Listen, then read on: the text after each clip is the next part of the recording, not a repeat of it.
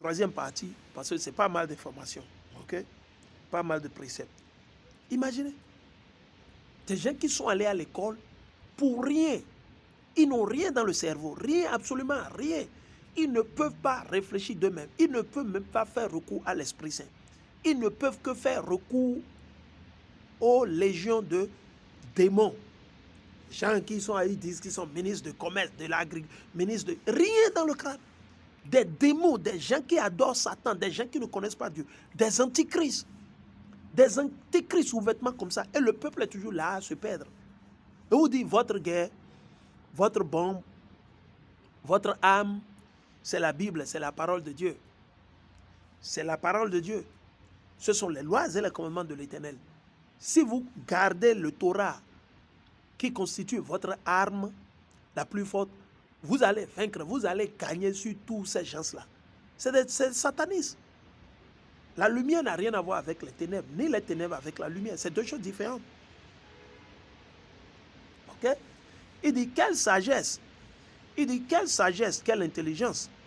Il y a dans cette grande nation, en effet, existe-t-il une autre nation, même parmi les plus grandes, qui est des dieux aussi proches d'elle que le Seigneur notre Dieu l'est pour nous chaque fois que nous l'appelons à l'aide. Quand vous appelez l'Éternel sincèrement, honnêtement, une fois vous ne vivez pas au milieu du péché, l'Éternel va répondre. Que ça dure ou pas, l'Éternel, il entend, il va répondre au moment opportun. L'heure de Dieu est la meilleure. Vous voyez? Existe-t-il une autre nation, même parmi les plus grandes, qui possède des lois et des règles, ouais, aussi juste que celles contenues dans le code de la loi que je vous présente aujourd'hui? C'est la question. Non, il n'existe pas. Seulement, prenez bien garde, veillez très soigneusement à ne pas oublier tous les événements dont vous avez été témoin. Qu'à aucun moment de votre vie, ces événements ne s'effacent de votre mémoire. Au contraire, racontez-les à vos enfants. Donc, c'est un truc qu'on doit normalement enseigner à nos enfants. C'est un truc que vous devez raconter à vos enfants et à vos petits-enfants, n'est-ce pas? Il dit, souvenez-vous du jour où vous êtes présentés devant le Seigneur votre Dieu, au mont Horeb. Le Seigneur m'a dit, rassemble tout le peuple. Rassemble tout le peuple. Je veux leur communiquer mes commandements. Ils apprendront ainsi à me respecter aussi longtemps qu'ils seront sur la terre. Et ils devront l'enseigner à leurs descendants. Vous êtes alors avancés pour vous tenir au pied de la montagne. De celle-ci jaillissaient des flammes qui montaient jusqu'au ciel, au cœur. Excusez-moi.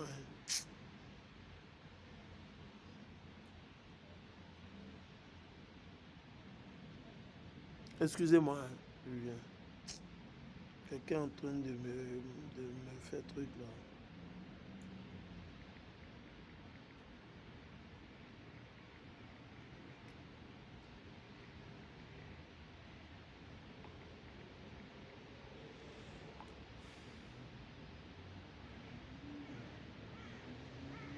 Ok.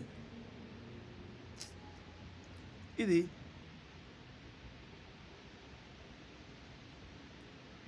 dit, jaillissait des flammes qui montaient jusqu'au ciel au cœur d'une sombre fumée et d'un épais nuage. Le Seigneur vous a parlé du milieu de feu. Ok? Vous l'avez entendu parler, mais sans le voir. Vous ne le perceviez que sa voix. Vous ne perceviez que sa voix. Il vous a révélé son alliance avec vous. L'Éternel a fait l'alliance avec nous. Il n'a pas fait l'alliance avec les Arabes, les Chinois, les Édomites. Non, l'Éternel a fait l'alliance avec nous. Le peuple d'Israël, ceux-là qu'on appelle communément les Noirs, les Nègres, les Latinos, les Indiens natifs.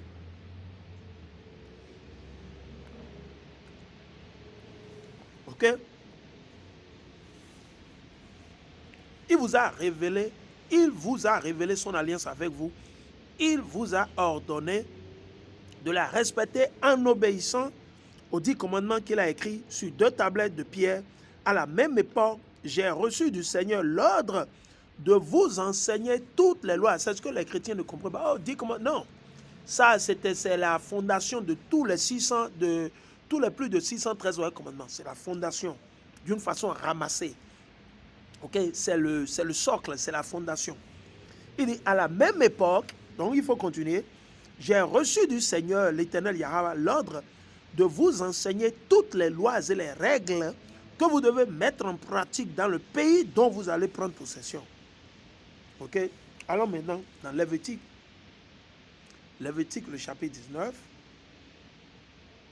Allons, soyez patients avec moi. Lévitique 19, 1 à 4. On va le lire.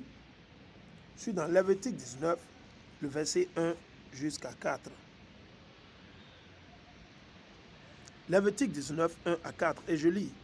Le Seigneur dit à Moïse de communiquer à toute la communauté d'Israël les prescriptions suivantes.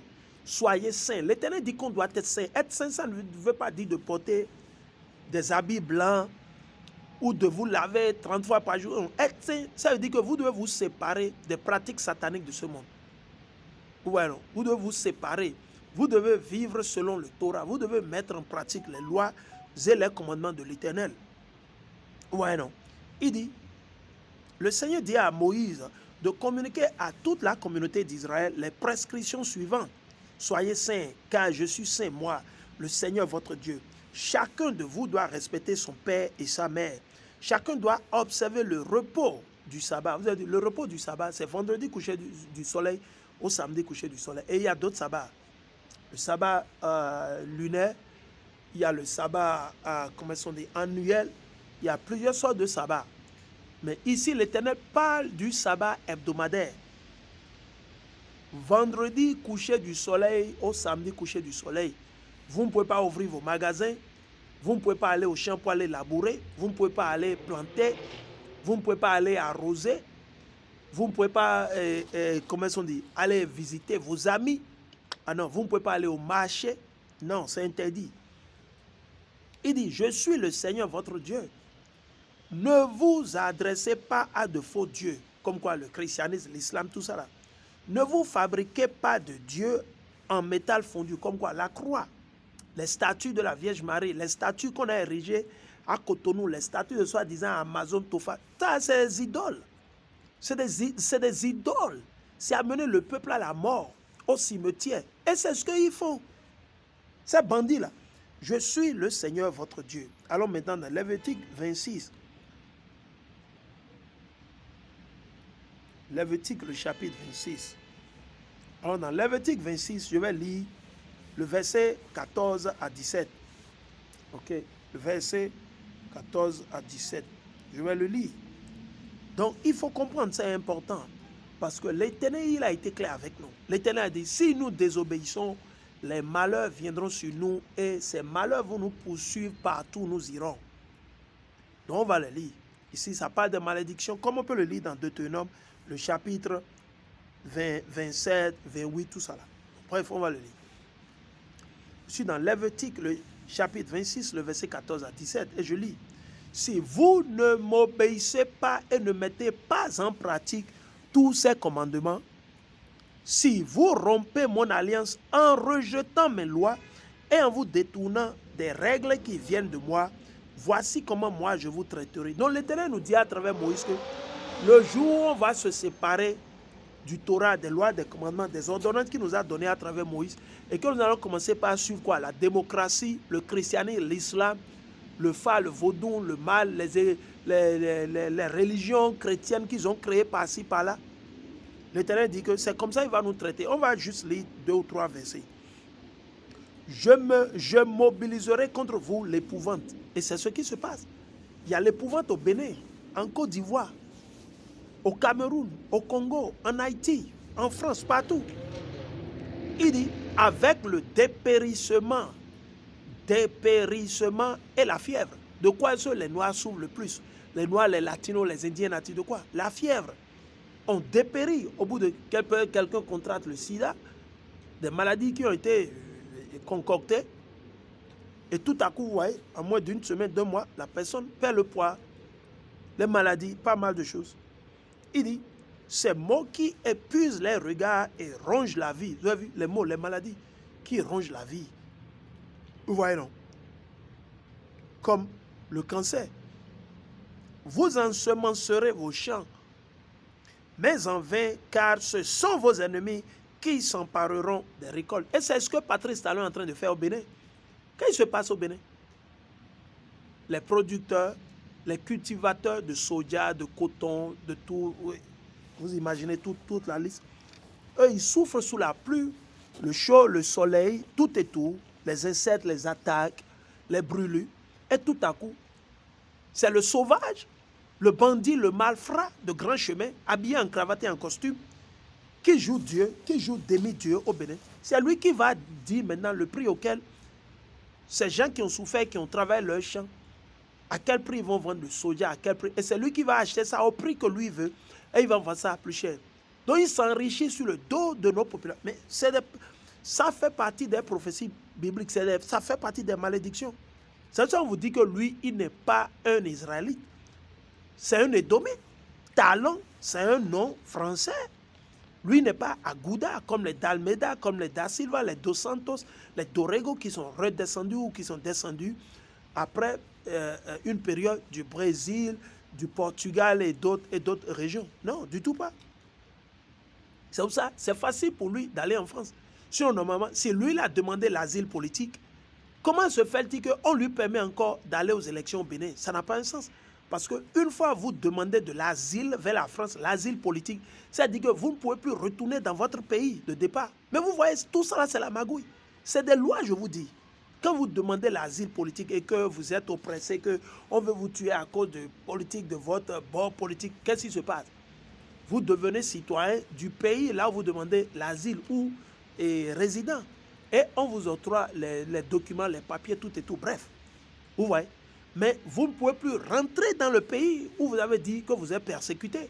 Mais lui, il dit qu'il est allé en asile politique. Et tout à coup, Rekiat Madougou, ces gens, ils ont tout fait pour l'aider, pour le ramener au Bénin. Il vient, ce sont ces mêmes personnes qui l'ont aidé à rentrer au Bénin. On lui permet frauduleusement d'aller aux élections. Il va aux élections. Et en plus de ça, il va emprisonner les gens. Malgré ce n'était pas lui qui avait gagné les élections. C'est grâce à Djavon, ces gens, sinon, il n'a rien gagné. C'est quelqu'un qui n'a rien fait pour le Bénin. Il a tout le temps volé, il a pillé le Bénin. Il n'a rien fait. Il n'a rien fait. Vous voyez, non? Je viens.